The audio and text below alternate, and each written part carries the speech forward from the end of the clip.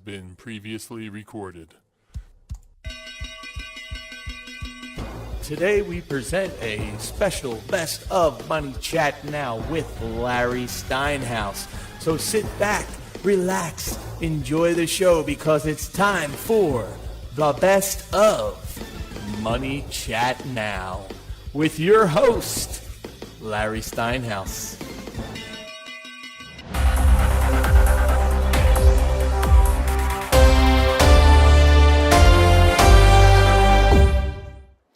Good morning, I'm Larry Steinhouse, and welcome to Money Chat Now. Money Chat Now is a politically charged stock market pre-show giving you the politics behind the biggest moves in the stock market. It is presented with comedic common sense by an expert in financial literacy, and hey, that's me, Larry Steinhouse. And I want to welcome you to the show. We are here live on WWDB Radio 860 AM in Philadelphia, and we are live on Facebook, Twitter, LinkedIn, and YouTube. You can find me on Facebook, TikTok, and other social media by searching Larry Steinhouse. Just a reminder, if you're watching the show online, hit that like button, hit that share button, and don't forget to subscribe to the YouTube channel and like the Money Chat Now page on Facebook. Of course, you can also comment live during the show on YouTube, Facebook, LinkedIn, and Twitter. And please say hi so I know you're watching. Real quick, I'm going to say hi to the people who just said hi. Hey, I want to say hello to Rob, and I want to say hello to Dan. Thanks, guys. I totally appreciate you guys. By the way, if you're commenting from a group and it's not the Money Chat Now fan page, your name may not show up on my dashboard, so please go to Money Chat Now page and comment there so I can recognize you and say hello. Hey, Mick. Hey, Joe. Thanks so much.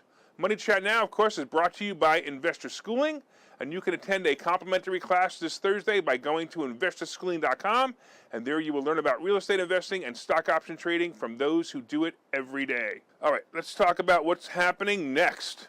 I'm going to talk about Putin being a bully. I remember when I was a kid and the bullies in school would pick on me. I tolerated it until one day I decided to no longer tolerate it or care what happened to me. I remember sitting in the cafeteria. I was eating my lunch and I was talking to friends when I noticed the cafeteria bully was throwing peas at me. You know, at first I would feel the pea hit me, and then I would look over and not see where it came from. And it happened again and again and again.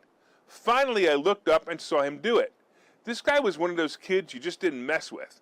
But I never actually saw him in a fight or actually ever saw him get caught. It was just assumed that he would kick your butt, if you tried to defend yourself. Well, pea after pea, I got angrier and angrier. Finally, as my blood started to boil, I got up, took my chocolate milk, went over to him, and poured the 8-ounce container over his head.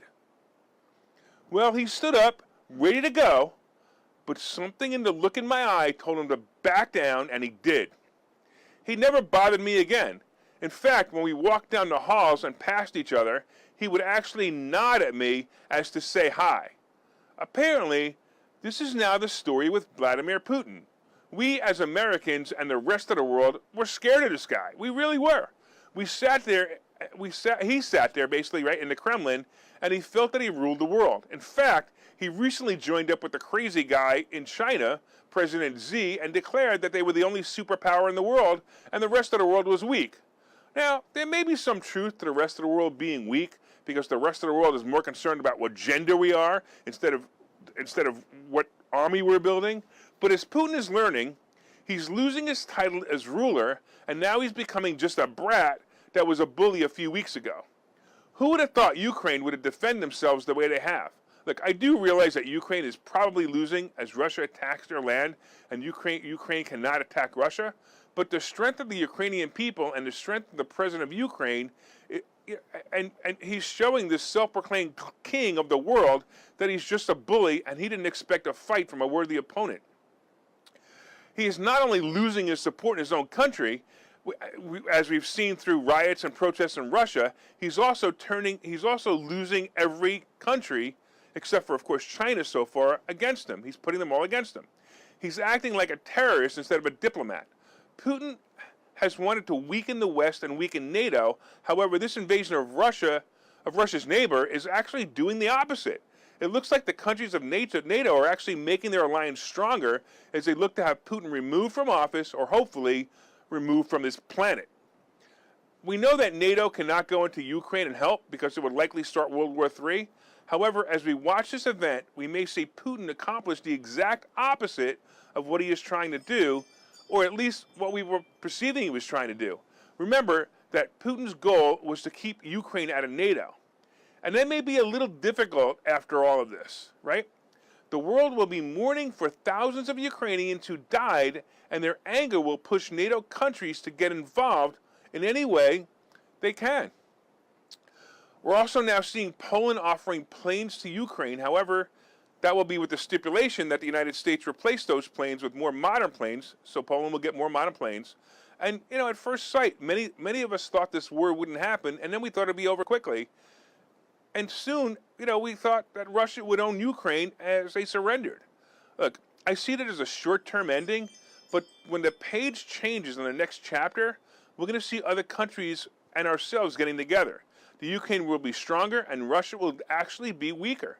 Not necessarily weaker in their defense, but weaker in their leadership. Unless something big changes, and that, my friends, by the way, could be really scary. And in fact, if Russia's holding back and they unleash itself in full force against Ukraine, it'll be really bad. The Ukrainians in the world will feel that pain. All right, let's talk about Facebook and Russia. Russia's media regulator said on Friday that it will block access to Meta-owned Facebook in the country as it escalates pressure on the media outlets and tech platforms amid its invasion in Ukraine. All right. So just like here, Russia is faced with the problem of Facebook deciding what is news and what is false information. Like when we post something about, the thing that was supposed to stop the other thing that didn't, that caused medical issues, and that Facebook and also social media platforms blocked. Social media platforms like YouTube that shut me down twice now because I read news articles and directly quoted the Wall Street Journal about major drug companies actually reporting about the thing that was supposed to cure other things. Why did I use the actual words? Because I want to be able to use my social media platforms to get this information out to you guys listening and watching. The censorship from big tech is out of control. Russia has decided to do something about it. Now, please don't think that I'm on Russia's side. Honestly, there are things about this that don't add up, like in the beginning of the thing from the past 2 years. I wanted to make any conclusions. I don't want to make any conclusions before I tore down yellow tape in the playgrounds. You guys remember when I tore down the yellow tape in the playgrounds? I waited and I wanted to see what was going on. Oh, you didn't know about that? Look up some old videos on Facebook, and you will literally see me tearing down yellow tape in playgrounds and freeing our children and getting back their lives. All right, let's get back to Russia for a minute. Russia has decided they've had enough censorship of Facebook, and they have blocked access to Facebook to their citizens. It started first with a request for the platform to stop fact-checking and labeling content posted on Facebook by state-owned outlets like RT and Sputnik. Meta, of course, Facebook, refused the request. And it's weird that Russia is fighting against the fact-checking, and we in America just accept the censorship and labels as the price of using social media platforms. The Russians are getting it right, but the world hates them right now, and they should. However, the censorship of any information should be allowed as free speech. I have been trying to find information on why Russia justified the slaughter of Ukrainians, and by the way, don't think I'm on their side for a second. I'm not. You don't just go in and destroy a country just because you have problems. You try to work it out. I also just wanted to understand it from their side. The problem is that big tech has made it impossible to find this information. Every once in a while, someone sends me a YouTube video, and then the video soon disappears like the information did on the thing of the past 2 years. Yes, Putin is an a-hole, but social media companies are dead wrong to censor anything. They have no right to decide truth. And by the way, if you want to find me on Truth Social, search @Larry Steinhouse. However, if I'm wondering if they're even censoring stuff yet.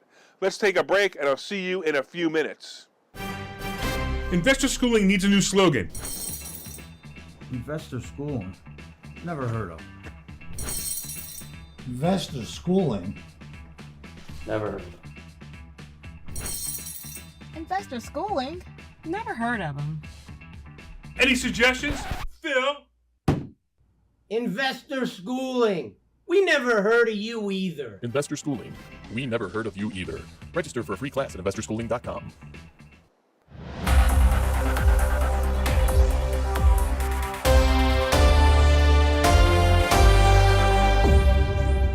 All right, welcome back to Money Chat Now. I am your host, Larry Steinhouse. And if you'd like more information on investor schooling, you can go to investorschooling.com or call 866-424-2829, 866-424-2829. Hey, I want to thank you all for listening on WWDB Radio, AM in Philadelphia. And if you're watching online, please hit that share button so you can help your friends learn how to make more money and learn about the politics behind the stock market. Hit that like button. Let me know you enjoy the show. And you can also leave comments on Facebook, Twitter, LinkedIn, and YouTube, and I will try to respond to them. Hey, I want to say hello to Lana. I think she's a new viewer. And she says, I'm nuts. Yeah, that's probably true. All right, hey, let's talk a little bit about Russian trade status. So we all know that Russia invaded Ukraine, and if you didn't know, just ask Kamala Harris.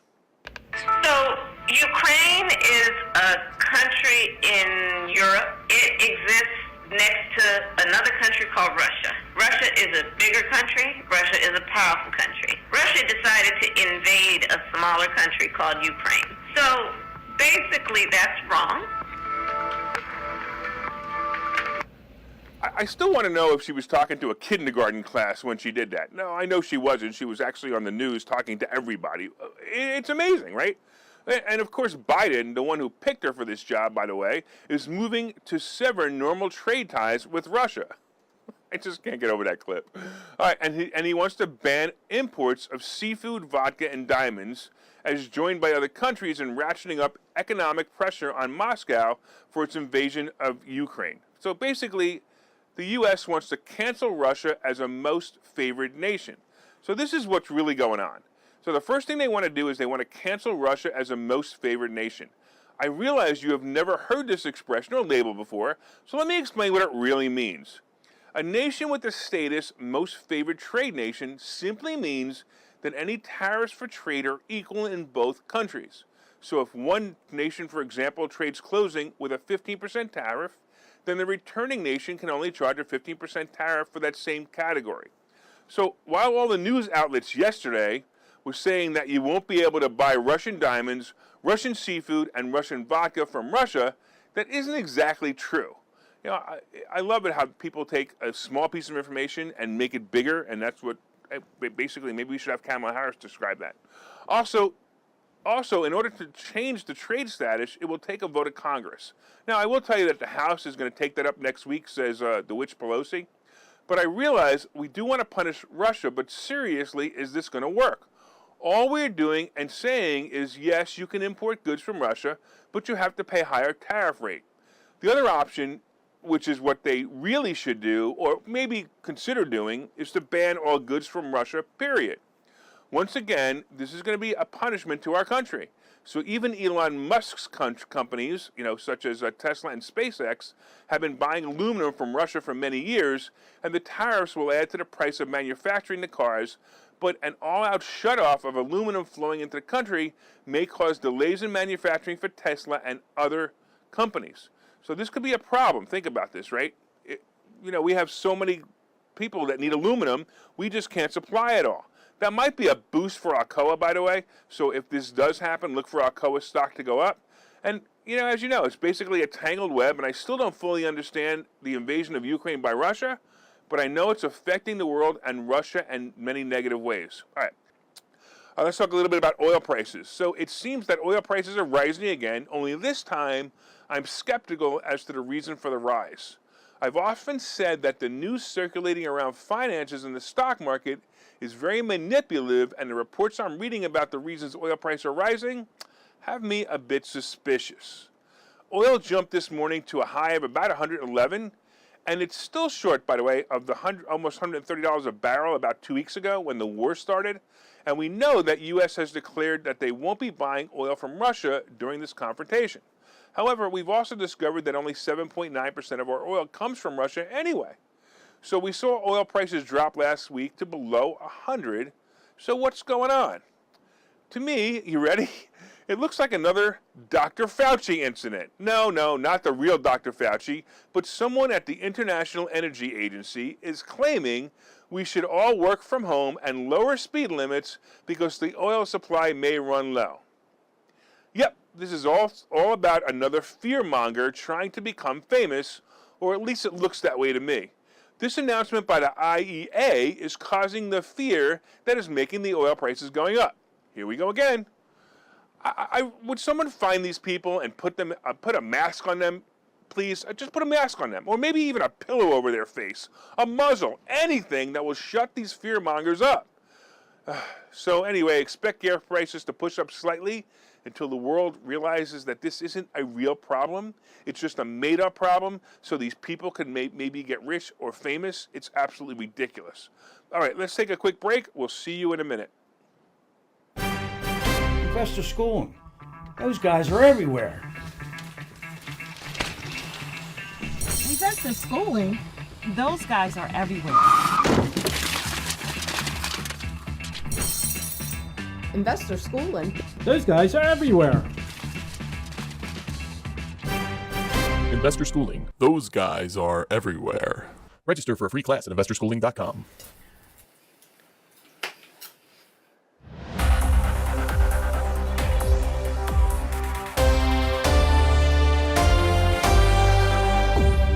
All right, welcome back to Money Chat Now. I'm your host, Larry Steinhouse. And if you'd like more information on investor schooling, you can go to investorschooling.com or call 866-424-2829, 866-424-2829. And if you're using Hunter Biden's laptop, you could, of course, just go to investor schooling, but use DuckDuckGo because I don't want anybody to know that Hunter Biden was coming here. All right, let's talk about U.S. oil and where it comes from. So if our problem is all about the price of oil because we are shunning Russia, does that mean if we cut off Russian oil, we will run out? Or, as Putin claimed this morning, does it mean oil will be $300 a barrel shortly? Well, let's talk about where our oil actually comes from. And according to a Wall Street Journal report, the U.S. consumes, far more oil than companies extract domestically. So basically it requires oil to be imported on some supplies. But it's less it's less reliant on Russian oil than Europe, and it takes only a small portion of its imported crude from Russia. So check this out. America gets most of its crude oil from Canada, Mexico, and Saudi Arabia. Smaller countries in Latin America and West Africa also typically send more crude oil to the U.S. than Russia does. In fact, over 51% of our oil comes from Canada. We better be nice to those guys. They're right on our border. Yes, that's the pipeline that Biden decided not to build or canceled, and so it's going to take longer for that oil to get here, and the cost will increase. However, we will still have oil coming from other countries, and Russia currently only supplies 7.9% of the oil we use to heat our homes and drive our cars. So if Russia only imports 7.9%, why is Russia so important? Now, this gets interesting, and it's all about updating our refineries. It turns out that the oil in Russia has more sulfur than the oil found elsewhere.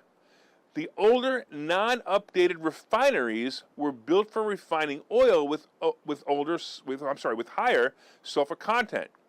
These were built because the United States wasn't as active in drilling for oil as the other countries with higher sulfur content. So basically, many, many years ago, we only got oil. I mean, we shouldn't say only, but we got most of our oil elsewhere. And then we built refineries for that oil. We certainly can rebuild these refineries, but it's certainly not going to happen in a few months. So the hindsight may help the future, but right now we have to look for oil high in sulfates in other places like Venezuela and Iran. But we have sanctions placed on those countries for quite a few decades now. Iran has a specific sanction stating that they cannot build nuclear power plants, but now Biden is negotiating the very deal that his former boss Obama made to prevent the Iranians from building nukes for a deal to get more oil from Iran. Ugh, what a twisted web we weave. Unbelievable.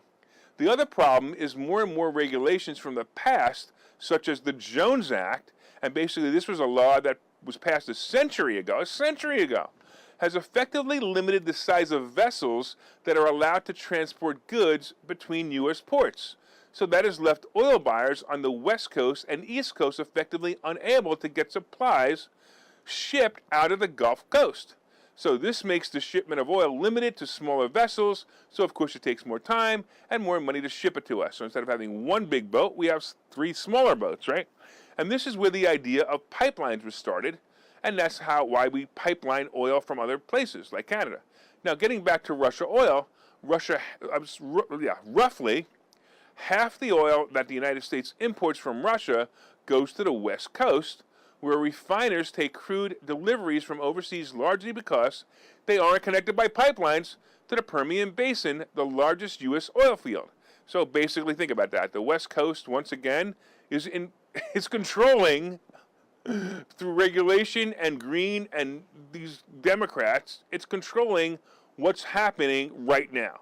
So West Coast refineries take Russian crude that's shipped out of port of Kosmino in the country's eastern side of the Pacific Ocean. Well, here's a 50-foot view. That's basically a 50-foot view of the oil problem. It's all about regulations and government overreach once again. So what will happen?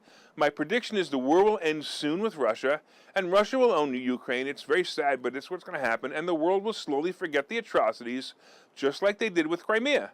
Then the oil will not be threatened any longer, and of course our country will do nothing to prepare for the next time this happens, so it will happen again. Sorry, green people, your electric doesn't solve this problem. We still need oil for at least the next 20 years at the same rate we have it now. We do not have electric planes, semi-trucks, or boats as of yet. We still need to make sure that as a country we have a steady supply of oil, and when we can get it faster and easier with the pipelines and less government regulations. So when people say it's Biden's fault we have higher gas prices, they are correct. However, they are only partially correct, because most of the problems are from guys using too much government overreach in the past, and that's what we need to do. We need to stop this government overreach and start allowing people to drill for oil in the United States. Hey, I want to talk about something real quick. I want to talk about what's going on in Russia, because it's an interesting story. This kind of stuff is, I'm into law, and I'm also into obviously this war situation. But let's talk about this. Let's talk about Russia and Burger King.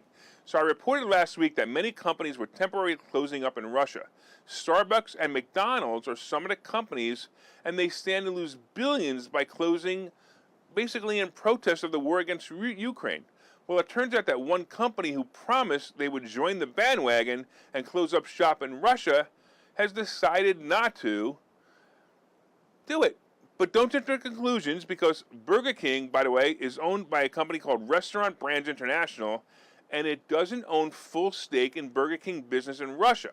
It turns out that they have a joint venture partner in Russia, and that company has an agreement that does not have a clause in it that says, if Russia goes to war with Ukraine, we can cancel our contract. So that basically means if Burger King wants to close or suspend operations in Russia, they simply can't unless they make their Russian partners whole again. The sanctions against Russia will make it difficult for Burger King to support the Russian arm of the company. However, they are obligated to do what they are allowed to do to support the company. So just for clarification, Burger King only owns 15% of the Russian Burger King business. And my guess is soon you're going to see it rebranded into a new name. And that's probably what's going to happen. But I don't know. Maybe they'll call it like a Burger Kremlin, home of the warmonger. Yeah, I know. I'm kind of tired this morning. My humor's off. Ugh. Hey, I want to thank all your listeners on WWDB Radio, 860 AM in Philadelphia. I want to thank you for your continued support. And, of course, if you're enjoying the show, please reach out and let us know. You can leave comments on Facebook and let us know. My name is Larry Steinhouse. I'm the host of Money Chat Now, and I'm also the CEO of Investor Schooling. And for you guys who haven't pre-ordered my book, go to barnesandnoble.com, look up Money Hacks by Larry Steinhouse, and I promise you, you will like this book. You can pre-order it right now. It's available for pre-order, and you will definitely enjoy it. Of course, from time to time, I own some of the assets and options discussed in this show, and the opinions discussed in this show are solely mine, and no one has asked me to discuss them. I look forward to seeing you guys tomorrow. Have a profitable day.